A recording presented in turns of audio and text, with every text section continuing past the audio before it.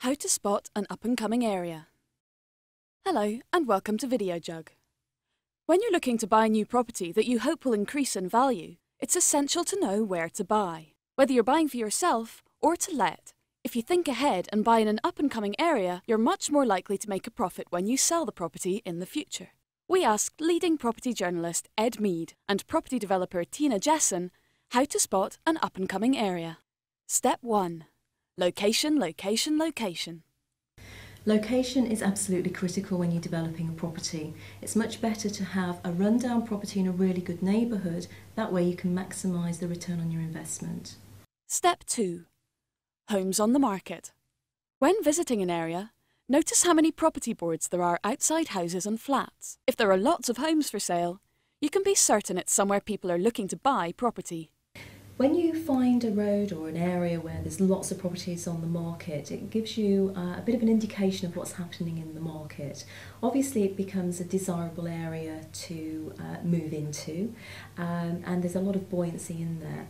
That teamed up with the fact that when those houses have sold, that people are doing work on those properties means that particular area is definitely going to be up and coming. So that could be a good indication of buying a property as an investment going forward. Step 3. Home improvements. Lots of building activity is always a good sign of an area on the up. Look out for new builds, as well as evidence of improvements being made on existing properties. You can usually spot an up-and-coming area by what's happening in the neighbourhood. Seeing a number of skips outside other properties is a really good indication. And obviously they're looking out for the coffee shops, and new money coming into the area is always a good indication as well. Step 4. Shops and cafes. Another indicator of an up-and-coming area is a healthy influx of new shops and eating establishments. Lots of these popping up on the high street could mean it's the next big place to buy. One of the best ways to spot an up-and-coming area is to look at the retail outlets and whether they're opening in the area you might want to go and live in. Traditionally, these companies like Waitrose, Sainsbury's, some of the coffee shops like Starbucks, they will do an awful lot of research and they will attempt to determine where the population is going to move next. It's a very good indicator. Let them pay for the research. Step 5. Estate agents. Estate agents in particular will know where people will be looking to buy next. So if there are a few of these on the high street, the area is definitely one to watch out for. Step 6. Investment potential. There are several practical points to look for in an area that will ensure you'll get a good return on your investment. Consider what future buyers themselves will look for.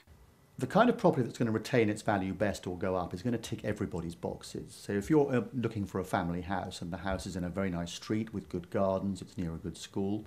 If you're buying a flat and it perhaps overlooks some gardens, is near a tube station or a train station, whatever it is, those are the kind of things which are going to mean it's going to hold its value best. You'll be well hedged in a difficult market. If the market goes up, it should go up more than anything else. That's how to get a good investment. Step 7. Where not to buy. Avoid areas where there is anything that would put you or any future buyers off living there. A major consideration should be noise pollution. You can also find out about planning applications in the area that could affect the value of your property through Plan Search Plus or Home Check, and avoid encountering any unpleasant surprises. When you're buying a property to renovate, you've got to think about the person that's actually going to be buying the house when you're finished. So there's going to be certain things that are going to put people off buying a property, and that could be anything from like noise pollution, so the flight path, the railway line, or even a busy road will have a lot of noise and probably wouldn't be suitable if you've got children anyway. So really think about where you would feel comfortable living, and if you wouldn't feel comfortable living there, then don't assume anybody else will.